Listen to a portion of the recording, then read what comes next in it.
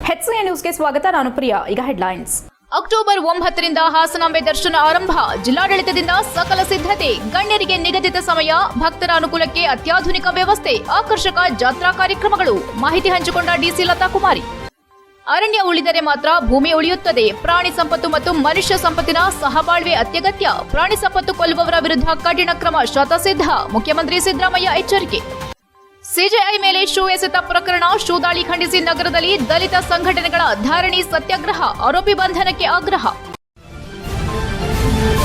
ಗಣ್ಯರು ಹಾಗೂ ಅತಿ ಗಣ್ಯರು ನಿಗದಿತ ಸಮಯದೊಳಗೆ ಬಂದು ದರ್ಶನ ಮಾಡಬೇಕು. ನಿಗದಿತ ಅವಧಿ ಮೀರಿ ಬರುವವರಿಗೆ ಅವಕಾಶ ಕಲ್ಪಿಸಲಾಗುವುದಿಲ್ಲ ಎಂದು ಜಿಲ್ಲಾಧಿಕಾರಿ ಕೆಎಸ್ ಲತಾ ಕುಮಾರಿ ತಿಳಿಸಿದ್ದಾರೆ. ಹಾಸನ ಜಿಲ್ಲಾಧಿಕಾರಿ ಕಚೇರಿ ಸಭಾಂಗಣದಲ್ಲಿ ಮಾಧ್ಯಮಕ್ಕೆ ಮಾಹಿತಿ ನೀಡಿದ ಅವರು, ಗೋಲ್ಡ್ ಕಾರ್ಡ್ ಹೊಂದಿರೋ ಭಕ್ತರಿಗೆ ಬೆಳಗ್ಗೆ 7ರಿಂದ 10 ಗಂಟೆವರೆಗೂ ಮತ್ತು 10:30ರಿಂದ ಮಧ್ಯಾಹ್ನ 12:30ರವರೆಗೆ ದರ್ಶನಕ್ಕೆ ಅವಕಾಶ ಕಲ್ಪಿಸಲಾಗಿದೆ. ಸಾಮಾನ್ಯ ಭಕ್ತರ ಅನುಕೂಲಕ್ಕಾಗಿ ವಿಭಿನ್ನ ಕ್ಯೂ ವ್ಯವಸ್ಥೆ ಮಾಡಲಾಗಿದೆ. ಸಾಮಾನ್ಯ ದರ್ಶನಕ್ಕೆ 1 ಕ್ಯೂ, ಟಿಕೆಟ್ ಖರೀದಿಸಿದ ಭಕ್ತರಿಗೆ 2 ಕ್ಯೂ ಹಾಗೂ ಶಿಷ್ಟಾಚಾರ ದರ್ಶನಕ್ಕೆ ಪ್ರತ್ಯೇಕ ಕ್ಯೂ ವ್ಯವಸ್ಥೆಯನ್ನು ರೂಪಿಸಲಾಗಿದೆ. ವಿಐಪಿಗಳ ಹಾಗೂ ವಿವಿಐಪಿಗಳ ದರ್ಶನ ಸಮಯವೂ ಸ್ಪಷ್ಟವಾಗಿ ನಿಗದಿ ಮಾಡಲಾಗಿದೆ. ಗೋಲ್ಡ್ ಕಾರ್ಡ್ ಪಡೆದ ಭಕ್ತರಿಗೆ ಬೆಳಗ್ಗೆ 7:30ರಿಂದ 10ರವರೆಗೆ, ವಿಐಪಿಗಳಿಗೆ ಬೆಳಗ್ಗೆ 10:30ರಿಂದ ಮಧ್ಯಾಹ್ನ 12:30ರವರೆಗೆ ಅವಕಾಶವಿರಲಿದೆ.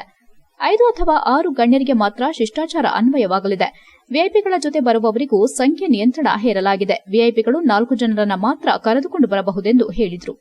ಅದರ ಜೊತೆಗೆ ಸಚಿವರು ಮತ್ತು ಗಣ್ಯರು ತಮ್ಮ ವಾಹನಗಳನ್ನು ಸರ್ಕಾರಿ ವಿಶ್ರಾಂತಿ ಗೃಹ ಆವರಣದಲ್ಲಿ ನಿಲ್ಲಿಸಿ ಜಿಲ್ಲಾಡಳಿತ ಒದಗಿಸುವ ವಾಹನದ ಮೂಲಕ ದೇವಾಲಯಕ್ಕೆ ತೆರಳಬೇಕೆಂದು ಸೂಚಿಸಲಾಗಿದೆ ಎಂದರು. ಜಾತ್ರಾ ಅವಧಿಯಲ್ಲಿ ಭಕ್ತರಿಗೆ ಯಾವುದೇ ತೊಂದರೆ ಉಂಟಾಗದಂತೆ ಎಲ್ಲಾ ಮೂಲಭೂತ ಸೌಲಭ್ಯಗಳನ್ನು ಕಲ್ಪಿಸಲಾಗಿದೆ. ಒಟ್ಟು 120 ಶೌಚಾಲಯಗಳನ್ನು ನಿರ್ಮಿಸಲಾಗಿದ್ದು, ಪ್ರತಿಯೊಂದರ ನಿರ್ವಹಣೆಗೆ ಒಬ್ಬ ಸಿಬ್ಬಂದಿಯನ್ನು ನಿಯೋಜಿಸಲಾಗಿದೆ. ಕುಡಿಯುವ ನೀರು, ಮಜ್ಜಿಗೆ, ತುರ್ತು ವೈದ್ಯಕೀಯ ನೆರವು, ಅಗ್ನಿಶಾಮಕ ಮತ್ತು ಪೊಲೀಸ್ ಇಲಾಖೆ ಸಹಕಾರದೊಂದಿಗೆ ಭದ್ರತೆಗಾಗಿ ಕಠಿಣ ಕ್ರಮ ಕೈಗೊಳ್ಳಲಾಗಿದೆ. ದೇವಸ್ಥಾನದ ಸುತ್ತಮುತ್ತ ಪಾದರಕ್ಷೆ ಬಿಡಲು ಅವಕಾಶವಿಲ್ಲ. ಸಾರಿಗೆ ಮತ್ತು ರೈಲು ನಿಲ್ದಾಣದಲ್ಲೂ ಸಹ ಭಕ್ತರಿಗೆ ವಿಶೇಷ ವ್ಯವಸ್ಥೆಯನ್ನ ಮಾಡಲಾಗಿದೆ. ಇದೇ ವೇಳೆ ಆನ್ಲೈನ್ ಬುಕಿಂಗ್, ವಾಟ್ಸ್ಆಪ್ ಚಾಟ್ ಹಾಗೂ ಎಐ ತಂತ್ರಜ್ಞಾನ ಬಳಸಿ ದೇವಿ ದರ್ಶನದ ಮಾಹಿತಿ ಪಡೆಯುವ ಹೊಸ ವ್ಯವಸ್ಥೆ ಜಾರಿಗೆ ತರಲಾಗಿದೆ ಎಂದು ಲತಾ ಕುಮಾರಿ ತಿಳಿಸಿದರು. ಈ ಬಾರಿ ಜಾತ್ರೆಯ ವಿಶೇಷ ಆಕರ್ಷಣೆಯಾಗಿ ವಸ್ತು ಪ್ರದರ್ಶನ, ಡಾಗ್ ಶೋ, ಪಾಕ ಸ್ಪರ್ಧೆ, ಹೆಲಿ ಟೂರಿಸಂ ಹಾಗೂ ಫಲಪುಷ್ಪ ಪ್ರದರ್ಶನ ಆಯೋಜಿಸಲಾಗಿದೆ. ಹಾಸನದ ಸುತ್ತಮುತ್ತ ಪ್ರದೇಶಗಳಿಗೆ ಪ್ರವಾಸಿಗರ ಅನುಕೂಲಕ್ಕಾಗಿ 12 ಪ್ರವಾಸಿ ಪ್ಯಾಕೇಜ್ಗಳು ಸಿದ್ದಗೊಂಡಿವೆ. ಭಕ್ತರು ಸಾಂಪ್ರದಾಯಿಕ ಉಡುಗೆಯಲ್ಲಿಯೇ ದೇವಾಲಯಕ್ಕೆ ಬರುವಂತೆ ವಿನಂತಿ. ಎಲ್ಲರೂ ನಿಯಮ ಪಾಲಿಸಿ ಹಾಸನಾಂಬೆ ದೇವಿ ದರ್ಶನ ಪಡೆಯುವಂತೆ ವಿನಂತಿಸುತ್ತೇನೆ ಎಂದು ಜಿಲ್ಲಾಧಿಕಾರಿ ಹೇಳಿದರು. HCN news Hassan. ಎಲ್ಲ ಪತ್ರಕರ್ತ ಮತ್ತು ಮಾಧ್ಯಮ ಮಿತ್ರರಿಗೆ ನಮ್ಮ ತಾಯಿ ಹಾಸನಾಂಬ ದರ್ಶನ ಹಾಗೂ ಸಿದ್ದೇಶ್ವರ ಸ್ವಾಮಿ ಜಾತ್ರಾ ಮಹೋತ್ಸವದ ಶುಭಾಶಯಗಳು.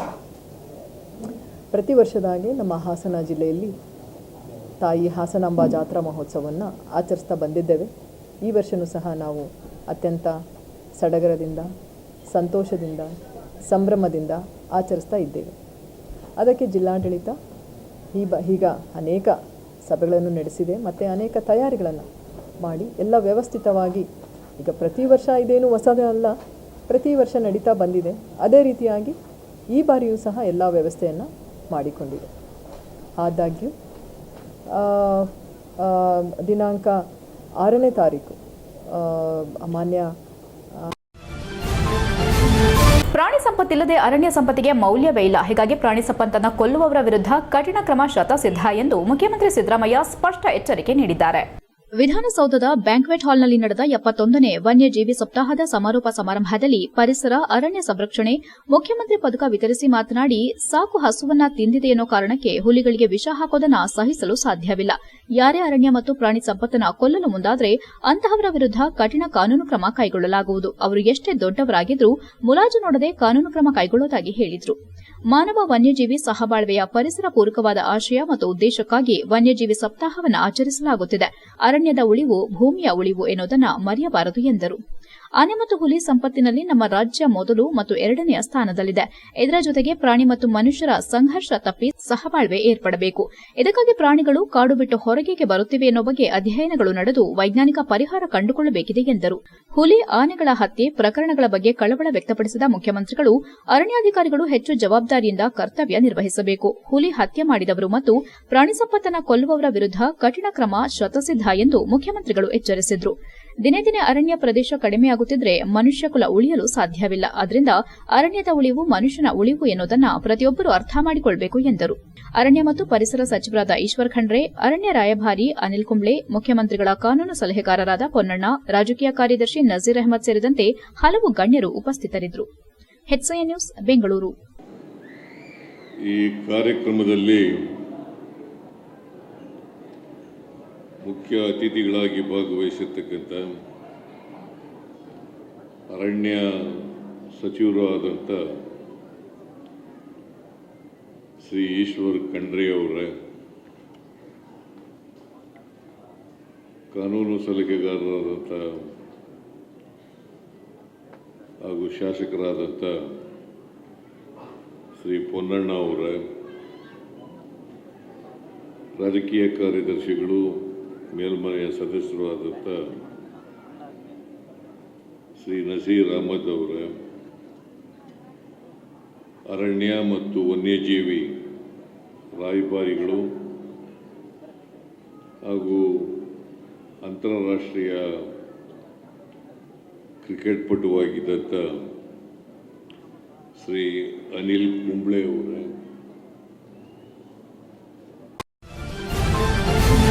ಭಾರತದ ಸುಪ್ರೀಂ ಕೋರ್ಟ್ ಮುಖ್ಯ ನ್ಯಾಯಮೂರ್ತಿ ಬಿಆರ್ ಗವಾಯ್ ಅವರ ಮೇಲೆ ವಕೀಲನೊಬ್ಬ ಶೂ ಎಸೆದು ಅಪಮಾನ ಮಾಡಿದ ಘಟನೆ ವಿರುದ್ಧವಾಗಿ ಹಾಸನದಲ್ಲಿ ದಲಿತ ಸಂಘಟನೆಗಳ ಒಕ್ಕೂಟ ನಗರದ ಡಾಕ್ಟರ್ ಬಿಆರ್ ಅಂಬೇಡ್ಕರ್ ಪ್ರತಿಮೆ ಮುಂಭಾಗದಲ್ಲಿ ಧರಣಿ ಸತ್ಯಾಗ್ರಹ ನಡೆಸಿ ಸಂಘಟನೆಗಳು ಆಕ್ರೋಶ ವ್ಯಕ್ತಪಡಿಸಿದ್ದಾರೆ.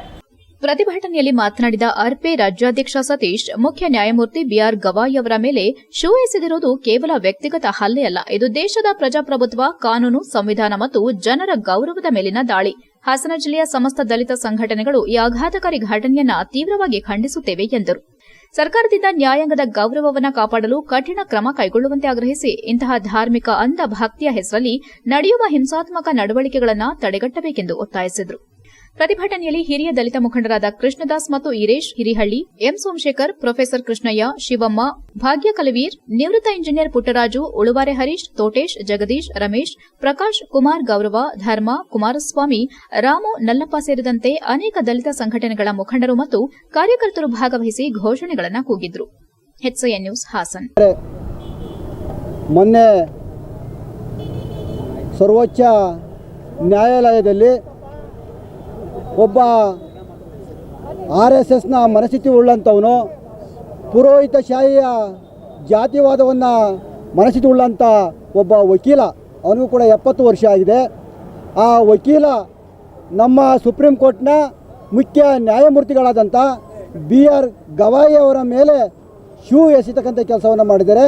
ಅದನ್ನು ನಾವೆಲ್ಲ ಹಾಸನ ಜಿಲ್ಲೆಯ ದಲಿತ ಸಂಘಟನೆ ಸಮಿತಿಯ ಸಮನ್ವಯ ಸಮಿತಿಯ ಪರವಾಗಿ ನಾವು ಖಂಡಿಸ್ತೇವೆ. ಆದ್ಮೇಲೆ ಇವತ್ತೇನು ಆ ವಕೀಲ ಏನು ಶೂ ಎಸ್ತಿದ್ದೇನೆ ಅದು ಗವಾಯರಿಗೆ ಮಾತ್ರ ಸೀಮಿತವಾದಂಥದ್ದಲ್ಲ. ಈ ದೇಶದ ಪ್ರಜಾಪ್ರಭುತ್ವದ ಮೇಲೆ, ಈ ದೇಶದ ನ್ಯಾಯಾಂಗದ ಮೇಲೆ, ಈ ದೇಶದ ಸಂವಿಧಾನದ ಮೇಲೆ. HCN ನ್ಯೂಸ್ನಲ್ಲಿ ಈಗ ಒಂದು ಪುಟ್ಟ ಬ್ರೇಕ್. ಹಾಸನದ ಜನತೆಗೊಂದು ಸಂತಸದ ಸುದ್ದಿ. ಫರ್ನಿಚರ್ ಎಕ್ಸ್ಪೋ 2025 ದೀಪಾವಳಿಯ ಪ್ರಯುಕ್ತ ಅತಿ ದೊಡ್ಡ ಸೇಲ್. ಆಯ್ದ ಫರ್ನಿಚರ್ಗಳ ಮೇಲೆ ಪಡೆಯಿರಿ ಅಪ್ ಟು 70% ರಿಯಾಯಿತಿ. ಈ ಅವಕಾಶ ಇದೇ ಅಕ್ಟೋಬರ್ 4ರಿಂದ 8ರವರೆಗೂ ಮಾತ್ರ. ಭೇಟಿ ಕೊಡಿ ಫರ್ನಿಚರ್ ಎಕ್ಸ್ಪೋ 2025. ಸ್ಥಳ Arya mansion, V1 hotel, RG palace, K Hoskoplu, KMF ಹತ್ತಿರ, HN ಪುರ ರಸ್ತೆ, ಹಾಸನ. Phone number 6360877145.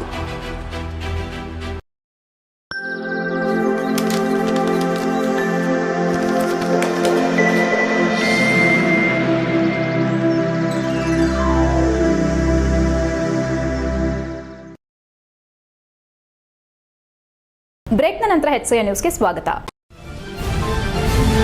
ಜಗತ್ಪ್ರಸಿದ್ಧ ಬೇಲೂರು ಪಟ್ಟಣದ ಸ್ವಚ್ಛತಾ ಕಾರ್ಯದಲ್ಲಿ ತಮ್ಮನ್ನು ತಾವು ತೊಡಗಿಸಿಕೊಂಡು ಬೇಲೂರು ಉತ್ತಮ ಪಟ್ಟಣ ಎಂಬ ಹೆಗ್ಗಳಿಕೆಗೆ ಇಲ್ಲಿನ ಪೌರಕಾರ್ಮಿಕರ ಕಾರ್ಯವೈಖರಿ ಅತ್ಯಂತ ಪ್ರಮುಖವಾಗಿದೆ. ಶೀಘ್ರದಲ್ಲೇ ಪೌರಕಾರ್ಮಿಕರಿಗೆ ನಿವೇಶನ ನೀಡಲು ಬದ್ಧರಾಗಿದ್ದೇವೆ ಎಂದು ಬೇಲೂರು ಶಾಸಕ HK ಸುರೇಶ್ ಹೇಳಿದ್ದಾರೆ. ಬೇಲೂರು ಪಟ್ಟಣದ ಜೆಪಿ ನಗರದಲ್ಲಿನ ಆರ್ವಿ ಕಲ್ಯಾಣ ಮಂಟಪದ ಸಭಾಂಗಣದಲ್ಲಿ ಪುರಸಭೆ ವತಿಯಿಂದ ಹಮ್ಮಿಕೊಂಡ ಪೌರಕಾರ್ಮಿಕರ ದಿನಾಚರಣೆ ಸಮಾರಂಭದ ಉದ್ಘಾಟನೆ ನಡೆಸಿ ಮಾತನಾಡಿದ ಅವರು ಪೌರಕಾರ್ಮಿಕರ ಬಗ್ಗೆ ಸ್ವತಃ ನಮ್ಮ ದೇಶದ ಪ್ರಧಾನಿ ನರೇಂದ್ರ ಮೋದಿ ಅವರು ಅಪಾರವಾದ ಗೌರವ ತೋರಿದ್ದು, ಕಾರ್ಮಿಕರಾದ ನೀವು ಮಳೆ ಚಳಿ ಗಾಳಿ ಎನ್ನದೇ ನಸುಕಿನಲ್ಲಿ ಸ್ವಚ್ಛ ಮಾಡೋ ಪೌರಕಾರ್ಮಿಕರ ಸೇವೆಯನ್ನ ಮರೆಯಲು ಸಾಧ್ಯವಿಲ್ಲ. ಅವರಿಗೆ ಸಲ್ಲಬೇಕಾದ ಸವಲತ್ತು ದೊರಕಬೇಕು. ಪೌರಕಾರ್ಮಿಕರು ತಮ್ಮ ಕೆಲಸವನ್ನ ಪ್ರಾಮಾಣಿಕವಾಗಿ ಶ್ರದ್ಧೆಯಿಂದ ಮನಃಪೂರ್ವಕವಾಗಿ ಮಾಡುತ್ತಿದ್ದಾರೆ. ಚೆನ್ನಕೇಶವ ಸ್ವಾಮಿ ರಥೋತ್ಸವ ಸಂದರ್ಭದಲ್ಲಿ ಲಕ್ಷಾಂತರ ಭಕ್ತರು ಪಾಲ್ಗೊಳ್ಳುತ್ತಾರೆ. ಆ ಸಂದರ್ಭ ಕ್ಷಣದಲ್ಲೇ ಸ್ವಚ್ಛಗೊಳಿಸೋ ಕೀರ್ತಿ ಪೌರಕಾರ್ಮಿಕರಿಗೆ ಸಲ್ಲುತ್ತದೆ. ಪ್ರತಿ ವರ್ಷ ಪುರಸಭಾ ವತಿಯಿಂದ ಕಾರ್ಮಿಕರನ್ನ ಸನ್ಮಾನಿಸಲಾಗುತ್ತಿರುವುದು ಜನಮೆಚ್ಚುಗೆಯ ಕೆಲಸವಾಗಿದೆ. ನಿವೇಶನ ನೀಡಲು ಮತ್ತು ನೀರು ಸರಬರಾಜುದಾರರಿಗೆ ಎಲ್ಲ ರೀತಿ ಸವಲತ್ತು ಕಲ್ಪಿಸಲು ಸದನದಲ್ಲಿ ಮಾತನಾಡಿ ಸಮಸ್ಯೆ ಬಗೆಹರಿಸಲಾಗುತ್ತದೆ ಎಂದರು. ಪುರಸಭಾ ಪ್ರಭಾರ ಅಧ್ಯಕ್ಷೆ ಉಷಾ ಸತೀಶ್ ಮಾತನಾಡಿ, ಸ್ವಚ್ಛತೆ ಕೈಗೊಳ್ಳುವಲ್ಲಿ ಪೌರಕಾರ್ಮಿಕರ ಸೇವೆ ಶ್ಲಾಘನೀಯ. ಸ್ವಚ್ಛತೆಯಲ್ಲಿ ಬೇಲೂರಿನ ಕೀರ್ತಿಗೆ ಪೌರಕಾರ್ಮಿಕರ ಶ್ರಮ ಕಾರಣ ಎಂದು ತಿಳಿಸಿದರು. ಕಾರ್ಯಕ್ರಮದಲ್ಲಿ ಪ್ರಾಸ್ತಾವಿಕ ನುಡಿಗಳನ್ನಾಡಿದ ಮಾಜಿ ಅಧ್ಯಕ್ಷೆ ತೀರ್ಥಕುಮಾರಿ, ಪೌರಕಾರ್ಮಿಕರು ಮಳೆ ಚಳಿಯನ್ನದೇ ದಿನನಿತ್ಯ ಪಟ್ಟಣದ ಸ್ವಚ್ಛತಾ ಕಾರ್ಯ ನಡೆಸೋ ಪೌರಕಾರ್ಮಿಕರು ಇಂದಿನವರೆಗೂ ನಿವೇಶನ ಮತ್ತು ಮನೆಯಿಲ್ಲದೆ ಸಂಕಷ್ಟ ಪರಿಸ್ಥಿತಿಯಲ್ಲಿದ್ದಾರೆ. ಈ ಬಗ್ಗೆ ಶಾಸಕರು ಶೀಘ್ರದಲ್ಲೇ ನಿವೇಶನ ವಿತರಿಸಬೇಕು ಮತ್ತು ಸಾಮಾನ್ಯವಾಗಿ ಪೌರಕಾರ್ಮಿಕರು ಆರೋಗ್ಯದ ಬಗ್ಗೆ ಕಾಳಜಿ ಇಲ್ಲದ ಕಾರಣದಿಂದ ಹೆಚ್ಚೆಚ್ಚು ಅನಾರೋಗ್ಯ ಪೀಡಿತರಾಗುತ್ತಿದ್ದಾರೆ. ವಿಶೇಷವಾಗಿ ಪೌರಕಾರ್ಮಿಕರು ಮತ್ತು ನೀರು ಸರಬರಾಜುದಾರರ ನಡುವೆ ಮಲತಾಯಿ ಧೋರಣೆಯನ್ನ ಗುತ್ತಿಗೆದಾರರಿಂದ ಶೋಷಣೆ ನಡೆಯುತ್ತಿದೆ. ಪೌರಕಾರ್ಮಿಕರಿಗೆ ಸೂಕ್ತ ಭದ್ರತೆ ನೀಡಬೇಕು. ನಾಗರಿಕ ಸಮಾಜದಲ್ಲಿ ಪೌರಕಾರ್ಮಿಕರಿಗೆ ಸೌಲಭ್ಯಕ್ಕಾಗಿ ಹೋರಾಟ ನಡೆಸುತ್ತಿರುವುದು ನಿಜಕ್ಕೂ ಶೋಚನೀಯ ಎಂದರು. ಎಆರ್ ಅಶೋಕ್ ಮಾತನಾಡಿ, ಬೇಲೂರು ಪುರಸಭೆಯಲ್ಲಿ ನಾನು ಅಧ್ಯಕ್ಷನಾದ ಸಂದರ್ಭ ನಿವೇಶನ ನೀಡಬೇಕೆಂದು ತೀರ್ಮಾನ ಮಾಡಿ ಸಿದ್ದತೆ ಕೂಡ ಆಗಿದ್ದು, ಆ ಸಂದರ್ಭದಲ್ಲಿ ಮಾಜಿ ಸಚಿವರಾದ ಬಿ ಶಿವರಾಮ್ ಕುಮ್ಮಕ್ಕಿನಿಂದ ಸದಸ್ಯರಾದ ಬಿ ಗಿರೀಶ್ ಅವರು ನ್ಯಾಯಾಲಯದ ಮೊರೆ ಹೋಗಿದ್ದಾರೆ. ಹೇಗಾದ್ರೆ ಹೇಗೆ ತಾನೇ ನಿವೇಶನ ನೀಡಬಹುದೆಂದು ಎಆರ್ ಅಶೋಕ್ ಅವರು ಸಭೆಯಲ್ಲಿ ತಿಳಿಸಿದ ಸಂದರ್ಭ ಕೆಲಕಾಲ ಸಭೆಯಲ್ಲಿ ಗೊಂದಲದ ವಾತಾವರಣ ಸೃಷ್ಟಿಯಾಯಿತು. ಸದಸ್ಯ ಜಗದೀಶ್ ಧ್ವನಿಗೂಡಿಸಿ, ಪುರಸಭಾ ಮಾಜಿ ಅಧ್ಯಕ್ಷರು ಸದಸ್ಯರಾದ ಬಿ ಗಿರೀಶ್ ಅವರೇ ನ್ಯಾಯಾಲಯಕ್ಕೆ ಹೋಗಿದ್ದು, ಸಭೆಯಲ್ಲಿ ಪೌರಕಾರ್ಮಿಕರಿಗೆ ನಿವೇಶನ ನೀಡಬೇಕೆಂದು ಮಾತನಾಡುತ್ತಾರೆ. ಇವರು ನ್ಯಾಯಾಲಯಕ್ಕೆ ಹೋಗಿ ಸಭೆಯಲ್ಲಿ ಈ ರೀತಿ ಮಾತನಾಡಿದರೆ ಎಲ್ಲಿಂದ ನಿವೇಶನ ನೀಡಲು ಸಾಧ್ಯ ಎಂದು ಆಕ್ರೋಶ ವ್ಯಕ್ತಪಡಿಸಿದರು. ಬಿ ಶಿವರಾಮ್ ಅವರ ಹೆಸರು ಹೇಳಿದ ತಕ್ಷಣ ಸಭೆಯಲ್ಲಿದ್ದ ಪುರಸಭಾ ಮಾಜಿ ಅಧ್ಯಕ್ಷೆ ತೀರ್ಥಕುಮಾರಿ, ಎಂಆರ್ ವೆಂಕಟೇಶ್ ಪೌರಕಾರ್ಮಿಕರ ದಿನಾಚರಣೆಯಲ್ಲಿ ಕಾರ್ಮಿಕರ ಬಗ್ಗೆ ಮಾತ್ರ ಮಾತನಾಡಬೇಕೆಂದು ಮನವಿ ಮಾಡಿದರು. ಕಾರ್ಯಕ್ರಮದಲ್ಲಿ ಪ್ರಾಧಿಕಾರದ ಅಧ್ಯಕ್ಷ ಸೈಯದ್ ತೌಫಿಕ್, ಪುರಸಭಾ ಮುಖ್ಯಾಧಿಕಾರಿ ಬಸವರಾಜ್ ಕಾಟಪ್ಪ ಶಿಗ್ಗಾವಿ, ಪುರಸಭಾ ಸದಸ್ಯರಾದ ತೀರ್ಥಕುಮಾರಿ ವೆಂಕಟೇಶ್, ಎಆರ್ ಅಶೋಕ್, ಬಿ ಗಿರೀಶ್, ಜಮಾಲುದ್ದೀನ್, ಅಶೋಕ್, ಪ್ರಭಾಕರ್, ಬಿಸಿ ಜಗದೀಶ್, ಮೀನಾಕ್ಷಿ ವೆಂಕಟೇಶ್, ರತ್ನ ಸತ್ಯನಾರಾಯಣ, ಆರೋಗ್ಯ ಸಮಿತಿ ಸದಸ್ಯ ಬಿಸಿ ಹರೀಶ್, ಪೌರಕಾರ್ಮಿಕರ ಅಧ್ಯಕ್ಷ ಜಯರಾಮ್, ಆರೋಗ್ಯಾಧಿಕಾರಿ ಲೋಹಿತ್ ಮತ್ತು ಜ್ಯೋತಿ ಇನ್ನು ಮುಂತಾದವರು ಹಾಜರಿದ್ದ ಕಾರ್ಯಕ್ರಮದಲ್ಲಿ ಚಂದನ್ ಮತ್ತು ತಂಡ ಗೀತ ಗಾಯನದ ಮನರಂಜನೆ ನೀಡಿದರು. HCN news, Belur. ಎರಡೇ ದಿನಕ್ಕೆ ಬೇಲೂರು ಅವ್ಯವಸ್ಥೆನ ದಿನ ಬೆಳಗ್ಗೆ 5:40ಕ್ಕೆ ಅಟೆಂಡೆನ್ಸ್ ಹಾಕೊಂಡು ಸ್ವಚ್ಛತೆ ಮಾಡಿಕೊಂಡು ಚರಂಡಿ ಕ್ಲೀನ್, ಸಂತೆ ಕ್ಲೀನ್, ಪ್ರತಿಯೊಬ್ಬರ ಮನೆಯಲ್ಲಿ ಎಷ್ಟಂತ ವಸ್ತುಗಳನ್ನ ಉಳಿದಂತ ಪ್ರತಿದಿನ ಸಾರ್ವಜನಿಕರಿಗೆ ಅನುಕೂಲ ಮಾಡಿಕೊಡ್ತಾ ಇರತಕ್ಕಂಥ ನಮ್ಮ ಪೌರ ಕಾರ್ಮಿಕರು ಅಂತ ಹೇಳಿದ್ರೆ ನಮಗೆ ಬಹಳ ಹೆಮ್ಮೆ ಆಗುತ್ತೆ. ಅವರಿಲ್ಲ ಅಂದ್ರೆ ಒಂದೇ ದಿನದಲ್ಲಿ ಎಲ್ಲ ಮನೆ ಮುಂದೆ ವಾಸನೆ ಹೊಡೆಯುತ್ತೆ. ಸಾಗಬೇಕು. ಪೌರ ಕಾರ್ಮಿಕರು ಬಂದಾಗ ಅವರಿಗೆ ಯಾವುದೋ ರೂಪದಲ್ಲಿ ಒಂದು ಸಣ್ಣ ಪುಟ್ಟ ಸಹಾಯನ ದಯಮಾಡಿ ಮಾಡಿ. ಯಾಕೆಂದ್ರೆ ಆಶ್ರಯ ಸಮಿತಿಯ ಅಧ್ಯಕ್ಷರು ಕೂಡ ತಾವು ಶಾಸಕರ ಅಧ್ಯಕ್ಷರು ಕೂಡ ತಾವು ಬೇಲೂರಿನಲ್ಲಿ ಸೂರ್ಯರಹಿತ ಬಹುತೇಕ ನಮ್ಮ ಪೌರ ಕಾರ್ಮಿಕರು ಇದ್ದಾರೆ. ಅದ್ರ ಜೊತೆಗೆ ಹೊರಗುತ್ತಿಗೆ ಆಧಾರಿತ ನೌಕರರು ಇದ್ದಾರೆ. ಇವರೆಲ್ಲ ಯಾವ ರೀತಿ ಜಲಗುಡಿಸ್ತಾರೆ, ಅಸಂಘಟಿತ ಕಾರ್ಮಿಕರು. ಇವರಿಗೆ 2005 ಭೂ ಸ್ವಾಧೀನ ಆಗಿ 63 ನಿವೇಶನಗಳು ಅಲ್ಲಿಗೆ ಪುರುಷರ ಎಲ್ಲ ಸೌಲಭ್ಯಗಳನ್ನು ಕೊಟ್ಟಿದೆ.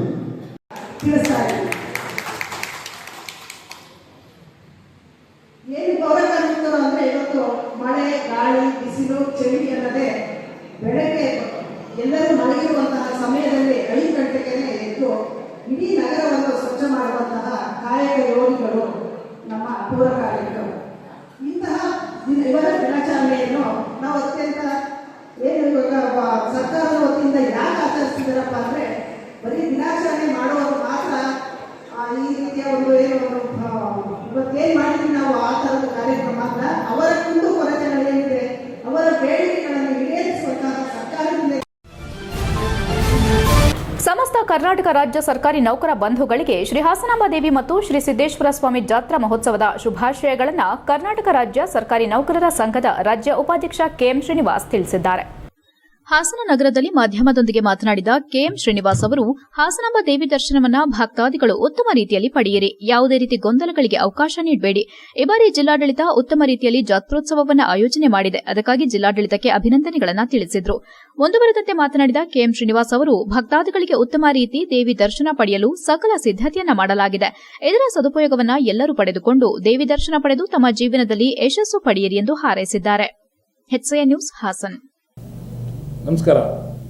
KM ಶ್ರೀನಿವಾಸ್, ಮಾಜಿ ಅಧ್ಯಕ್ಷರು ಜಿಲ್ಲಾ ಸರ್ಕಾರಿ ನೌಕರರ ಸಂಘ, ಹಾಲಿ ರಾಜ್ಯ ಉಪಾಧ್ಯಕ್ಷರು ಕರ್ನಾಟಕ ರಾಜ್ಯ ಸರ್ಕಾರಿ ನೌಕರರ ಸಂಘ ಬೆಂಗಳೂರು.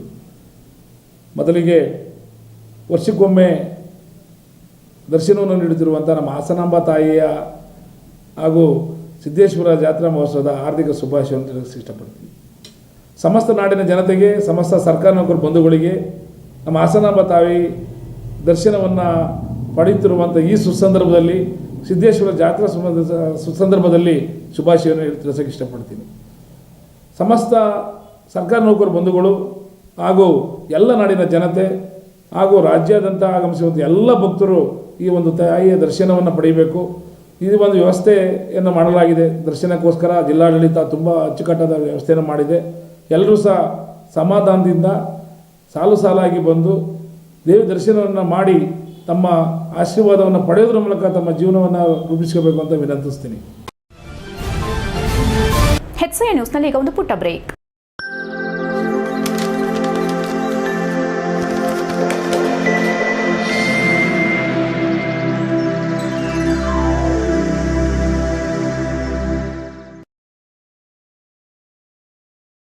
ಬ್ರೇಕ್ನ ನಂತರ HCI ನ್ಯೂಸ್ಗೆ ಸ್ವಾಗತ. ಹಾಸನ ಜಿಲ್ಲೆಯ ಐದಳಕಾವಲು ಸೇರಿದಂತೆ ಇತರೆ ಪ್ರದೇಶದಲ್ಲಿ ದಶಕಗಳಿಂದ ವಾಸವಿರುವ ಗ್ರಾಮಸ್ಥರನ್ನ ರಕ್ಷಿತಾರಣ್ಯ ನೆಪದಲ್ಲಿ ಒಕ್ಕಲೆಬ್ಬಿಸುವುದು ಸರಿಯಲ್ಲ.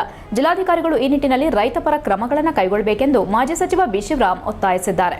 ಪತ್ರಿಕಾಗೋಷ್ಠಿಯಲ್ಲಿ ಮಾತನಾಡಿದ ಅವರು, ಬೇಲೂರು ತಾಲೂಕಿನ ಹಳೇಬೀಡು ಹೋಬಳಿ ಐದಳಕಾವಲು ಸರ್ವೆ ನಂಬರ್ 1ರಲ್ಲಿ 5164 ಎಕರೆ, ಹಾಸನ ತಾಲೂಕು ಸಾಲ್ಗಾಮೆ ಹೋಬಳಿ ಐದಳಕಾವಲು ಸರ್ವೆ ನಂಬರ್ 1ರಲ್ಲಿ 3759 ಎಕರೆ, ಅರಸೀಕೆರೆ ತಾಲೂಕಿನ ಜಾವಗಲ್ ಹೋಬಳಿ ನಾಯಕನಕೆರೆ ಕಾವಲು ಸರ್ವೆ ನಂಬರ್ 1ರಲ್ಲಿ 2578 ಎಕರೆ, ಅರಸೀಕೆರೆ ಜಾವಗಲ್ ಚಿಕ್ಕಲಿಂಗನಹಳ್ಳಿ ಸರ್ವೆ ನಂಬರ್ 25, 26, 27, 28ರಲ್ಲಿ 83 ಎಕರೆಯಷ್ಟು ವಿಸ್ತೀರ್ಣ ಸೇರಿದಂತೆ 11584 ಎಕರೆ ರಕ್ಷಿತ ಅರಣ್ಯವಿದ್ದು, ಇದರಲ್ಲಿ 10,000 ಎಕರೆ ಮತ್ತು ಬಾಕಿ ಉಳಿಕೆ ರಾಮದೇವರಹಳ್ಳಿ ಮೀಸಲು ಅರಣ್ಯ ಎಂದು ಗುರುತಿಸಲಾಗಿದೆ ಎಂದರು. ಈಗಾಗಲೇ 3 ರಿಂದ 4 ಪತ್ರಿಕಾಗೋಷ್ಠಿಯನ್ನು ನಡೆಸಿ ಜಿಲ್ಲೆಯಲ್ಲಿನ ಸಂರಕ್ಷಿತ ಅರಣ್ಯ ಪ್ರದೇಶದಲ್ಲಿ ವಿವಿಧ ಯೋಜನೆಯಡಿ ಮಂಜೂರಾತಿ ಪಡೆದಿರುವ ರೈತರ ಸಮಸ್ಯೆ ವಿಸ್ತಾರವಾಗಿ ತಿಳಿಸಿದ್ದೇವೆ.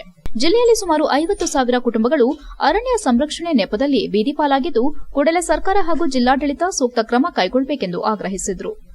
HCI news Hassan. ಈಗ ಈ ಅರಣ್ಯ ಇಲಾಖೆ ವಿಚಾರಕ್ಕೆ ಸಂಬಂಧಪಟ್ಟಂಗೆ ನಾನಾಗಲೇ 3 ಪತ್ರಿಕಾ ಹೇಳಿಕೆಯನ್ನು ಮಾಡೋದ್ರ ಮೂಲಕ ವಿಶೇಷವಾಗಿ ಐದಳ್ಳ ಕಾವಲು ಬಗ್ಗೆ ನಾನು ಮಾತಾಡ್ತೇನೆ ಅಂತಕ್ಕಂಥ ಮಾತನ್ನು ಹಿಂದೆ ಹೇಳಿದ್ದೆ. ಇವತ್ತು ಐದಳ್ಳ ಕಾವಲು ಬಗ್ಗೆ ಪ್ರಸ್ತಾಪ ಮಾಡಲಿಕ್ಕೆ ಇಚ್ಛೆ ಪಡ್ತಾ ಇದ್ದೆ. ನಿಮಗೆ ಕೊಟ್ಟಿರ್ತಕ್ಕಂಥ ಈ ಮಾಹಿತಿಯಲ್ಲಿ ಮೊದಲನೇ ಪೇಜ್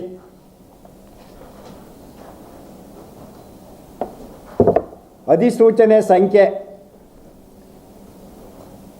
13/5/1898 ಐದಳ್ಳ ಕಾವಲ್ ರಕ್ಷಿತ ಅರಣ್ಯ ಘೋಷಣೆ. ಒಟ್ಟು 11,584.38 ಎಕರೆ ಪ್ರದೇಶ. ಅಂದಿನ ಮಹಾರಾಜರು 13/5/98 ಘೋಷಣೆ ಮಾಡ್ತಾರೆ ರಕ್ಷಿತ ಅರಣ್ಯ ಅಂತ. ಇದು 3 ತಾಲೂಕಿಗೆ ಸೇರುತ್ತೆ. ಅದರಲ್ಲಿ ಹಳೇಬೀಡು ಬೇಲೂರಿಗೇನೆ 5,164, ಐದಳ್ಳ ಕಾವಲ್ ಅಂತ ತಾವು ಕೇಳಿರ್ಬೋದು, ಸಾಲ್ಗಾಮೆ ಹೋಬಳಿ ಪ್ರದೇಶ 3,759, ಜಾವಗಲ್ ನಾಯಕನಕೆರೆ ಕಾವಲು ಸೇರಿ 2,578 ಮತ್ತು ಚಿಕ್ಕಲಿಂಗನಹಳ್ಳಿ ಒಟ್ಟು 11,584ರಲ್ಲಿ 10,000 ಐದಳ್ಳ ಕಾವಲು, ಉಳಿದದ್ದು ರಾಮದೇವರ ಹಳ್ಳಿ ಮೀಸಲು ಅರಣ್ಯ. ಹಾಸನ ನಗರದ ಪೃಥ್ವಿ ಥಿಯೇಟರ್ ಎದುರಿರುವ ಗವೇನಹಳ್ಳಿ ಮತ್ತು ಸುತ್ತಮುತ್ತಲಿನ ಹಳ್ಳಿಗಳ ಜನರ ಅಸಮಾಧಾನ ಇದೀಗ ಚರ್ಚೆಗೆ ಗ್ರಾಸವಾಗಿದೆ. ರೈಲ್ವೆ ಇಲಾಖೆ ನಡೆಸುತ್ತಿರುವ ಕೆಲಸಗಳು ಸಾರ್ವಜನಿಕರಿಗೆ ತೊಂದರೆ ಉಂಟು ಮಾಡುತ್ತಿದೆ ಎಂಬ ಆಕ್ರೋಶದಿಂದ ಸ್ಥಳೀಯರು ಉಗ್ರ ಸ್ವರ ಎತ್ತಿದ್ದಾರೆ. ಈ ಭಾಗದಲ್ಲಿ 10 ಹಳ್ಳಿಗಳ ಜನರು ನಿತ್ಯ ಸಂಚರಿಸುವ ಪ್ರಮುಖ ರಸ್ತೆ ಇದಾಗಿದೆ. ಶಾಲೆ ಕಾಲೇಜು ಮಕ್ಕಳಿಂದ ಹಿಡಿದು ರೈತರು, ಉದ್ಯೋಗಸ್ಥರು ಎಲ್ಲರೂ ಇದೇ ಮಾರ್ಗದ ಮೂಲಕ ಸಂಚಾರ ನಡೆಸುತ್ತಾರೆ. ಆದರೆ ಇತ್ತೀಚಿನ ದಿನಗಳಲ್ಲಿ ರೈಲ್ವೆ ಇಲಾಖೆಯವರು ಈ ರಸ್ತೆ ಮಧ್ಯೆ ಗುಂಡಿ ತೆಗೆಯುವ ಕೆಲಸ ಆರಂಭಿಸಿದ್ದು ಸ್ಥಳೀಯರ ಕೋಪಕ್ಕೆ ಕಾರಣವಾಗಿದೆ. ಗವೇನಹಳ್ಳಿ ಪ್ರದೇಶದ ಈ ರಸ್ತೆ ವಿವಾದ ಸ್ಥಳೀಯ ಜನಜೀವನಕ್ಕೆ ನೇರ ಸಂಬಂಧ ಹೊಂದಿದ್ದು ಸಮಸ್ಯೆ ಬಗೆಹರಿಸಲು ಆಡಳಿತ ಮತ್ತು ಜನಪ್ರತಿನಿಧಿಗಳು ತಕ್ಷಣ ಕ್ರಮ ಕೈಗೊಳ್ಳಬೇಕೆಂದು ಜನರು ಆಗ್ರಹಿಸುತ್ತಿದ್ದಾರೆ. ಇಲ್ಲದಿದ್ದರೆ ಈ ವಿಷಯ ದೊಡ್ಡ ಹೋರಾಟದ ಸ್ವರೂಪ ಪಡೆದುಕೊಳ್ಳುವ ಸಾಧ್ಯತೆ ಇದೆ. ಗವೇನಹಳ್ಳಿ ನಿವಾಸಿ ಹರೀಶ್ ಗೌಡ ಮಾಧ್ಯಮದೊಂದಿಗೆ ಮಾತನಾಡಿ ತಮ್ಮ ತೀವ್ರ ಅಸಮಾಧಾನವನ್ನು ಹಂಚಿಕೊಂಡು, ನಮ್ಮ ಹಳ್ಳಿಯ ಈ ರಸ್ತೆ ಸಾರ್ವಜನಿಕರ ಜೀವನಾಡಿ. ಈ ಭಾಗದಲ್ಲಿ ರೈಲ್ವೆ ಗೂಡ್ಸ್ ಶೆಡ್ ಇದ್ದು ಅದರ ಕಾಟವನ್ನು ಸಹಿಸಿಕೊಂಡು ನಾವು ಬದುಕುತ್ತಿದ್ದೇವೆ. ಆದರೂ ಈಗ ರೈಲ್ವೆ ಇಲಾಖೆಯವರು ಸಾರ್ವಜನಿಕರ ಸಂಚಾರಕ್ಕೆ ಅಡಚಣೆ ಮಾಡೋ ಕೆಲಸ ಮಾಡುತ್ತಿದ್ದಾರೆ. ಯಾರು ನಮ್ಮನ್ನ ಕೇಳದೆ ರಸ್ತೆ ಮೇಲೆ ಗುಂಡಿ ತೆಗೆಯುತ್ತಾರೆ? ಯಾವ ಸರ್ಕಾರ ಈ ರೀತಿ ಕೆಲಸಕ್ಕೆ ಅನುಮತಿ ಕೊಟ್ಟಿದೆ ಎಂದು ಪ್ರಶ್ನಿಸಿದ್ರು. ನೀವು ಅಧಿಕಾರದ ಹೆಮ್ಮೆಯಿಂದ ಸಾರ್ವಜನಿಕರ ಮೇಲೆ ದಬ್ಬಾಳಿಕೆ ಮಾಡುತ್ತಿದ್ದೀರಿ. ನಿಮ್ಮಲ್ಲಿ ನಿಜವಾದ ಧೈರ್ಯ ಇದ್ರೆ ಹಾಸನದ ಶಾಸಕರು, ಸಂಸದರು ಅಥವಾ ಅಧಿಕಾರಿಗಳ ಬಳಿ ಮಾತನಾಡಿ. ಅಮಾಯಕ ಜನರ ಮೇಲೆ ಬಲಪ್ರಯೋಗ ಮಾಡುವುದು ಒಳ್ಳೆಯದಲ್ಲ. ನಮ್ಮ ಹಕ್ಕನ್ನ ಕಸಿದುಕೊಳ್ಳಲು ಯತ್ನಿಸಿದ್ರೆ ನಾವು ಜೀವ ಕೊಡಲು ಸಿದ್ದರಿದ್ದೇವೆ. 10 ಹಳ್ಳಿಗಳ ಜನ ಒಟ್ಟಾಗಿ ಹೋರಾಟ ಮಾಡ್ತೇವೆ. ಯಾವುದೇ ಸಂದರ್ಭದಲ್ಲೂ ನಾವು ಈ ರಸ್ತೆಯನ್ನ ಬಿಟ್ಟುಕೊಡುವುದಿಲ್ಲ ಎಂದು ಎಚ್ಚರಿಸಿದ್ರು. ಹರೀಶ್ ಗೌಡ ಮುಂದುವರೆದು, ಈ ಜಾಗ ಈಗ ರೈಲ್ವೆ ಇಲಾಖೆಗೆ ಸೇರಿದ್ದಲ್ಲ. ಅವರು ಈ ಪ್ರದೇಶವನ್ನ ಹಿಂದೆಯೇ ನಗರ ಪಾಲಿಕೆಗೆ ಬಿಟ್ಟುಕೊಟ್ಟಿದ್ದಾರೆ. ಅದರಿಂದ ಇದು ಹಾಸನ ಮಹಾನಗರ ಪಾಲಿಕೆ ವ್ಯಾಪ್ತಿಗೆ ಸೇರಿದೆ. ರೈಲ್ವೆ ಇಲಾಖೆ ತಕ್ಷಣ ತಮ್ಮ ಕೆಲಸವನ್ನ ನಿಲ್ಲಿಸಬೇಕು, ಇಲ್ಲವಾದರೆ ಜನರ ಕೋಪಕ್ಕೆ ಕಾರಣರಾಗ್ತಾರೆ ಎಂದರು. ಮಹಾನಗರ ಪಾಲಿಕೆ ಸದಸ್ಯ ರಕ್ಷಿತ್ ರೈಲ್ವೆ ಇಲಾಖೆಯ ನಿಲುವಿಗೆ ತೀವ್ರ ಆಕ್ಷೇಪ ವ್ಯಕ್ತಪಡಿಸಿ, ಕಳೆದ 4-5 ದಶಕಗಳಿಂದ ರೈಲ್ವೆ ಇಲಾಖೆ ಇಲ್ಲಿನ ಜನರನ್ನ ಅಣಕಿಸುತ್ತಾ ಬಂದಿದೆ. ಎಲ್ಲೇ ಹೋದ್ರೂ ಇದು ರೈಲ್ವೆ ಜಾಗ ಎಂದು ಹೇಳಿ ದಾರಿ ಬಿಡೋದಿಲ್ಲ. ಜನರ ಕಷ್ಟ, ಸಂಚಾರದ ತೊಂದರೆ ಯಾರಿಗೂ ಕಾಣೋದಿಲ್ಲ. ಈಗ ಈ ಪ್ರದೇಶ ನಗರ ಪಾಲಿಕೆಗೆ ಸೇರೋದ್ರಿಂದ ರೈಲ್ವೆಯವರು ತಮ್ಮ ಗೂಡ್ಸ್ ಶೆಡ್ನಿಂದ ವಾಹನವನ್ನ ಬೇರೆ ಮಾರ್ಗಕ್ಕೆ ತಿರುಗಿಸಬೇಕೆಂದು ಹೇಳಿದ್ರು. ನಾವು ಇನ್ನು ಮನವಿ ಮಾಡೋ ಹಂತ ಮುಗಿಸಿದ್ದೇವೆ. ಮುಂದೆ ನಮ್ಮ ಹಕ್ಕಿಗಾಗಿ ಉಗ್ರ ಹೋರಾಟ ಮಾಡ್ತೇವೆ. ರೈಲ್ವೆ ಇಲಾಖೆಯವರು ನಮ್ಮನ್ನ ಕೇಳದೆ ಕೆಲಸ ಮುಂದುವರೆಸಿದ್ರೆ ಹಳ್ಳಿ ಜನರನ್ನ ತಡೆಯಲು ಯಾರಿಗೂ ಸಾಧ್ಯವಾಗುವುದಿಲ್ಲ. ರೈಲ್ವೆ ಇಲಾಖೆಗೆ ಈ ಪ್ರದೇಶ ಬೇಕಾದರೆ ಅವರು ಸಂಪೂರ್ಣ ಊರನ್ನೇ ಖರೀದಿ ಮಾಡಲಿ, ಇಲ್ಲವಾದರೆ ಸಾರ್ವಜನಿಕರ ಸಂಚಾರಕ್ಕೆ ಅಡಚಣೆ ಮಾಡಬಾರದು ಎಂದರು. ಸ್ಥಳೀಯರು ಮತ್ತೊಂದು ಗಂಭೀರ ಅಂಶವನ್ನು ಎತ್ತಿ ಹಿಡಿದರು. ರೈಲ್ವೆ ದಾಟೋ ಸಂದರ್ಭ ಅನೇಕರು ಜೀವವನ್ನ ಕಳೆದುಕೊಂಡಿದ್ದಾರೆ, ಕೆಲವರು ಕೈಕಾಲನ್ನ ಕಳೆದುಕೊಂಡಿದ್ದಾರೆ. ರೈಲ್ವೆ ಇಲಾಖೆ ಸುರಕ್ಷತಾ ಕ್ರಮ ಕೈಗೊಳ್ಳದೆ ಜನರ ಜೀವವನ್ನ ಹರಾಜು ಹಾಕುತ್ತಿದೆ. ಈ ವಿವಾದದ ಕುರಿತು ಸ್ಥಳೀಯರು ಹಾಸನದ ಶಾಸಕರು, ಸಂಸದರು ಮತ್ತು ಜಿಲ್ಲಾಧಿಕಾರಿಗಳ ಹಸ್ತಕ್ಷೇಪವನ್ನು ಒತ್ತಾಯಿಸಿದ್ದಾರೆ. 50 ಅಡಿ ರಸ್ತೆ ಬಿಡದಿದ್ರೆ ಯಾವುದೇ ವಾಹನವನ್ನ ಈ ಭಾಗದಲ್ಲಿ ಓಡಾಡಲು ಬಿಡೋದಿಲ್ಲ ಎಂಬ ಕಠಿಣ ಎಚ್ಚರಿಕೆಯನ್ನ ನೀಡಿದ್ದಾರೆ. HCN news Hassan. HCN ನ್ಯೂಸ್ನಲ್ಲಿ ಈಗ ಒಂದು ಪುಟ್ಟ ಬ್ರೇಕ್. ಹಾಸನದಲ್ಲಿ 28 ವರ್ಷಗಳಿಂದ ಜನತೆಗೆ ಅತ್ಯುತ್ತಮವಾದ ವೈದ್ಯಕೀಯ ಸೇವೆಯನ್ನು ನೀಡುತ್ತಿರುವ ಹೇಮಾವತಿ ಮಲ್ಟಿಸ್ಪೆಷಾಲಿಟಿ ಹಾಸ್ಪಿಟಲ್ ಹಾಸನ. ನಮ್ಮಲ್ಲಿ ದಿನದ 24 ಗಂಟೆಯೂ ಆಕ್ಸಿಡೆಂಟಲ್ ಇಂಜುರೀಸ್ ಮತ್ತು ಎಮರ್ಜೆನ್ಸಿ ಸರ್ವಿಸ್ಗಳನ್ನು ಹೊಂದಿದೆ.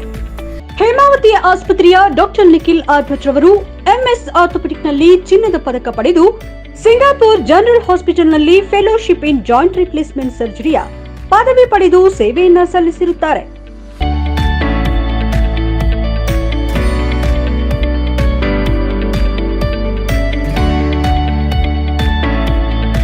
ನಮ್ಮಲ್ಲಿ ಆಂಬ್ಯುಲೆನ್ಸ್ ಸೇವೆಯೂ ಲಭ್ಯ. ಇನ್ನೇಕೆ ತಡ? ನೀವು ಯಾವುದೇ ಮೂಳೆ ಸಮಸ್ಯೆ ಹೊಂದಿದ್ದರೆ ಹಿಂದೆ ಭೇಟಿ ನೀಡಿ. ಹೇಮಾವತಿ ಮಲ್ಟಿಸ್ಪೆಷಾಲಿಟಿ ಹಾಸ್ಪಿಟಲ್, ಉತ್ತರ ಬಡಾವಣೆ, ಹಾಸನ. ಬ್ರೇಕ್ನ ನಂತರ HCN ನ್ಯೂಸ್ಗೆ ಸ್ವಾಗತ.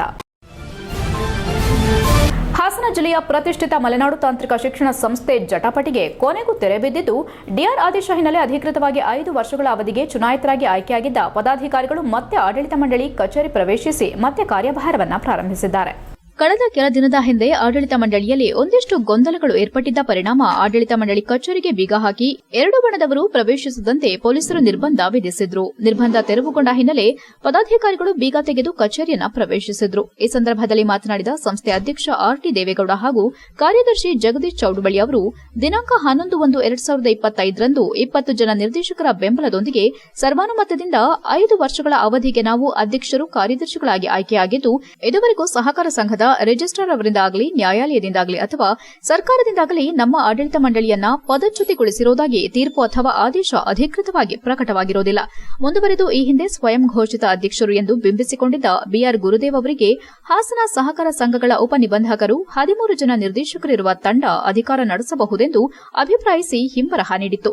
ಅಭಿಪ್ರಾಯವನ್ನೇ ಆದೇಶವೆಂದು ತಪ್ಪಾಗಿ ಅರ್ಥೈಸಿಕೊಂಡಿದ್ದ ಗುರುದೇವ್ ಅವರು, ನಾವು ಅಧಿಕಾರ ಸ್ವೀಕಾರ ಮಾಡುತ್ತಿದ್ದೇವೆ ಎಂದು ಸಂಘದ ಕಚೇರಿ ಬಳಿ ಬಂದು ಮಾಧ್ಯಮಗಳಿಗೆ ಹೇಳಿಕೆ ನೀಡಿರುವುದನ್ನು ಗಮನಿಸಿದ್ದೇವೆ. ಆದರೆ ನಂತರ ಈ ಬಗ್ಗೆ ಅವರಿಗೆ ಮನವರಿಕೆ ಆಗಿದ್ದು ಸಹಕಾರ ಇಲಾಖೆ ಉಪನಿಬಂಧಕರಿಗೆ ಅಭಿಪ್ರಾಯವನ್ನ ಆದೇಶ ಎಂದು ಮಾರ್ಪಾಡು ಮಾಡಿ ನೀಡುವಂತೆ ಮನವಿ ಸಲ್ಲಿಸಿದ ವೇಳೆ ಹಾಸನ ಸಹಕಾರ ಸಂಘಗಳ ಉಪನಿಬಂಧಕರು ಸದರಿ ವಿಷಯದ ಸಂಬಂಧ ನಿರ್ದೇಶಕರಿಗೆ ನಿರ್ದೇಶನ ನೀಡೋ ಅಥವಾ ಆದೇಶ ಮಾಡುವ ಯಾವುದೇ ಶಾಸನಬದ್ಧ ಅವಕಾಶ ಹಾಗೂ ಕಾನೂನು ರೀತ್ಯ ಮುಂದಿನ ಕ್ರಮ ಕೈಗೊಳ್ಳುವ ಅಧಿಕಾರ ನಮಗೆ ಇಲ್ಲ ಎಂದು ಬಹಳ ಸ್ಪಷ್ಟವಾಗಿ ತಿಳಿಸಿದ್ದು, ಈ ಹಿನ್ನೆಲೆ ಕಾಲೇಜಿನ ಶೈಕ್ಷಣಿಕ ಹಿತದೃಷ್ಟಿಯಿಂದ ಚುನಾಯಿತ ಆಡಳಿತ ಮಂಡಳಿ ಇಂದಿನಿಂದ ಆಡಳಿತ ಮಂಡಳಿ ಕಚೇರಿ ಪ್ರವೇಶಿಸಿ ಕಾರ್ಯಭಾರ ಆರಂಭಿಸಿದ್ದೇವೆ ಎಂದರು. ನ್ಯಾಯಾಲಯದಲ್ಲಿ ಪ್ರಕರಣ ಇರೋ ಬಗ್ಗೆ ಮಾಧ್ಯಮದವರು ಕೇಳಿದ ಪ್ರಶ್ನೆಗೆ ಉತ್ತರಿಸಿದ ಅವರು, ಕಾನೂನಿನ ಮುಂದೆ ಯಾರು ದೊಡ್ಡವರಲ್ಲ. ನಮ್ಮ ಆಡಳಿತ ಮಂಡಳಿಯನ್ನ ಅಧಿಕಾರದಲ್ಲಿ ಮುಂದುವರೆಸುವಂತೆ ಈಗಾಗಲೇ ಹಾಸನದ ಸಿವಿಲ್ ಜಡ್ಜ್ ಮತ್ತು ಜೆಎಂಎಫ್ಸಿ ನ್ಯಾಯಾಲಯ ಇಲ್ಲಿ ದಾವೆ ಹೂಡಿದ್ದು ಅದು ವಿಚಾರಣೆಯ ಹಂತದಲ್ಲಿದೆ. ಒಂದು ವೇಳೆ ನ್ಯಾಯಾಲಯ ಅಥವಾ ರಿಜಿಸ್ಟರ್ ಅಥವಾ ಸರ್ಕಾರದಿಂದ ಆದೇಶ ಬಂದಲ್ಲಿ ಅದಕ್ಕೆ ತಲೆಬಾಗುತ್ತೇವೆ ಎಂದರು. ಈ ಸಂದರ್ಭದಲ್ಲಿ ಸಂಸ್ಥೆಯ ಖಜಾಂಚಿ ಪಾರ್ಶ್ವನಾಥ್, ಹಿರಿಯ ಉಪಾಧ್ಯಕ್ಷರಾದ ಚೌಡುವಳ್ಳಿ ಪುಟ್ಟರಾಜು, ನಿರ್ದೇಶಕರಾದ ಮುದ್ದೇಗೌಡ್ರು, ಶ್ರೀನಿವಾಸ್, ನಾಗರಾಜ್ ಜೈನ್, ಶಂಕರ್, ರಾಜಶೇಖರ್, ಸುರೇಶ್ ಸೇರಿದಂತೆ ಇನ್ನು ಮುಂತಾದವರು ಹಾಜರಿದ್ದರು. HCN news Hassan. ಕೊನೆಯಲ್ಲಿ ಮತ್ತೊಮ್ಮೆ ಮುಖ್ಯಾಂಶಗಳು. ಅಕ್ಟೋಬರ್ 9ರಿಂದ ಹಾಸನಾಂಬೆ ದರ್ಶನ ಆರಂಭ. ಜಿಲ್ಲಾಡಳಿತದಿಂದ ಸಕಲ ಸಿದ್ಧತೆ. ಗಣ್ಯರಿಗೆ ನಿಗದಿತ ಸಮಯ. ಭಕ್ತರ ಅನುಕೂಲಕ್ಕೆ ಅತ್ಯಾಧುನಿಕ ವ್ಯವಸ್ಥೆ. ಆಕರ್ಷಕ ಜಾತ್ರಾ ಕಾರ್ಯಕ್ರಮಗಳು. ಮಾಹಿತಿ ಹಂಚಿಕೊಂಡ ಡಿಸಿ ಲತಾ ಕುಮಾರಿ. ಅರಣ್ಯ ಉಳಿದರೆ ಮಾತ್ರ ಭೂಮಿ ಉಳಿಯುತ್ತದೆ. ಪ್ರಾಣಿ ಸಂಪತ್ತು ಮತ್ತು ಮನುಷ್ಯ ಸಂಪತ್ತಿನ ಸಹಬಾಳ್ವೆ ಅತ್ಯಗತ್ಯ. ಪ್ರಾಣಿ ಸಂಪತ್ತು ಕೊಲ್ಲುವವರ ವಿರುದ್ಧ ಕಠಿಣ ಕ್ರಮ ಶತಸಿದ್ಧ. ಮುಖ್ಯಮಂತ್ರಿ ಸಿದ್ದರಾಮಯ್ಯ ಎಚ್ಚರಿಕೆ. ಸಿಜೆಐ ಮೇಲೆ ಶೂ ಎಸೆತ ಪ್ರಕರಣ. ಶೂ ದಾಳಿ ಖಂಡಿಸಿ ನಗರದಲ್ಲಿ ದಲಿತ ಸಂಘಟನೆಗಳ ಧರಣಿ ಸತ್ಯಾಗ್ರಹ. ಆರೋಪಿ ಬಂಧನಕ್ಕೆ ಆಗ್ರಹ. ಇಷ್ಟೊತ್ತು ನೀವು ನೋಡಿದ್ದು ಹಾಸನದ ಸುದ್ದಿ ಅಂದ್ರೆ HCN ನ್ಯೂಸ್.